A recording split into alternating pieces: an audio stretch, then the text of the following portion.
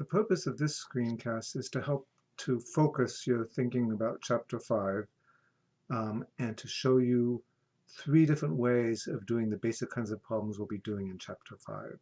3 different sort of technologies, if you will. So the authors of our book think that Chapter 5 is about confidence intervals and hypothesis testing with a normal distribution. And that's not wrong, but that's not really going to be our focus. We will use the normal distribution. We'll use it a lot later in the course for those things. But what I think that Chapter 5 is about, at least for us, is just understanding the normal distribution and how to answer basic questions using it.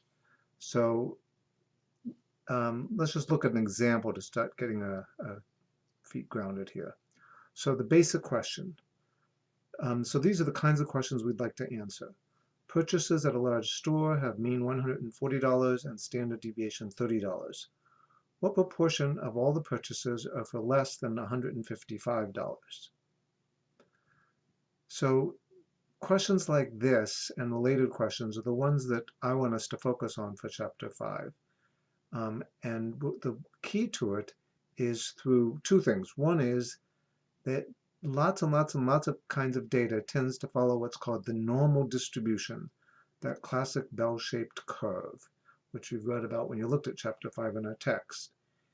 And the way into that normal distribution is through the z-score, which standardizes it. It turns any normal distribution into the standard normal distribution with mean 0 and standard deviation 1. So we're going to use the z-score to answer this question. Purchases at a large store have mean $140, standard deviation 30. What proportion of all purchases are for less than $155? Well, we can translate that question into one about the standard normal by finding the z-score. For 155, the z-score is, well, we just apply our formula at the top of this page. Take the individual x, subtract the mean, divide by the standard deviation. So 155, subtract the mean of 140, divided by the standard deviation of 30, and we get 1/2 or 0.5. So once we've done that, we've turned the question into this one. What proportion of individuals in the standard normal distribution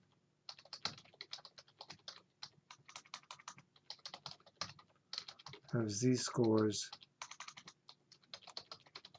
less than 0.5?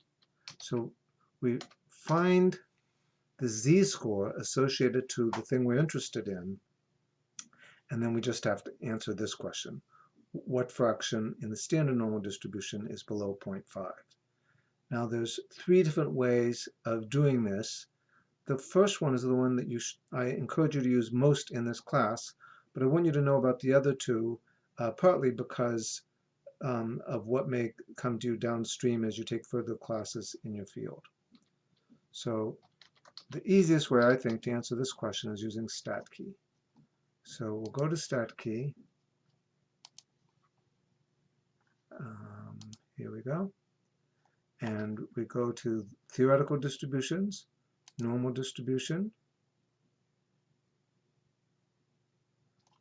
And we want to know, what do we want to know? We want to know what fraction of the time are we less than 0.5? So in StatKey, we say less than, so we're looking at the left tail, what fraction is below a certain amount. And then we come down here and edit this and turn that into 0.5. That's our cutoff. And we see that 69%, 0.691, is below a z-score of 0.5. So in any normal distribution, 69% of the data is less than half a standard deviation above the mean. In other words, has a z-score of 1/2 or less all the way down. So using StatKey, 0.69 or 69% of the purchases will be below 155. Now back to StatKey. If I wanted to know what percent were above 0.5, of course I could just subtract this from 1, but I can also go to right tail and change this to 0.5. And then, oh, there it is, about 31%, 0.309. And you'll see when we get into later problems that sometimes you want to answer questions like, how large does a purchase have to be in the top 10%? In that case, to be in the top 10%, in that case you edit the proportion up here, make that 0.1, and that tells you that the z-score is going to have to be 1.28, and then you solve for the x. And you'll see examples of that in later screencasts and examples. Okay, so one way, though, to answer the basic question is to use StatKey, left tail or right tail, whatever is appropriate, and just edit your z, which is on the x-axis, or else the proportion if you're working backwards. So that's one way. Another way to get the same answer is in Excel. And this is useful because Excel you might find Excel in more places than you'll find StatKey. When you go into later courses, you may need to know how to do this in Excel. So in Excel, it's pretty easy. You go to Formulas, and you go to More Functions, and you go to Statistical, and then you scroll down to norm.s.dist. So norm means normal, s means standard, and dist means distribution. And then it wants to know what the z is. Well, that's 0.5. And cumulative, you'll always put in true. This is just telling it that you want to know what percentage to the left of that. So you put that in, and here we see that same 0.69. So that's another way using Excel. So use Excel norm.s.dist z and then just true. So that works.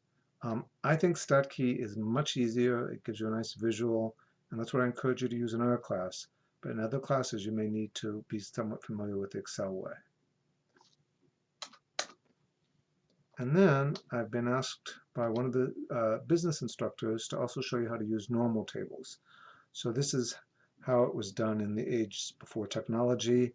And I guess there are some reasons why we might want you to know it now, although I'm not sure what they are exactly. But in any case, it's pretty easy. So this is without technology, but you might have a piece of paper that looks something like this, standard normal distribution. And this table tells you the area to the left of the z-score. So we look in this column, the z column, you scroll down, oh, it's on the second page, 0.5, and it was 0.50, so there it is, 0.69, right there. Now, if the z had been 0.53, we would have come over here. So this table lets you look at z-scores to 2 decimal places. So that's our second way, or third way, I should say. Normal table. So as I say, we're going to want to spend our Chapter 5 time being able to answer these kinds of questions, especially if you're one of the MBA students. You want to at least be a little familiar with methods 2 and 3, but we're going to focus our attention on method 1 for doing it, and later screencasts take you through all the kinds of basic problems that we'll use, all using the normal distribution.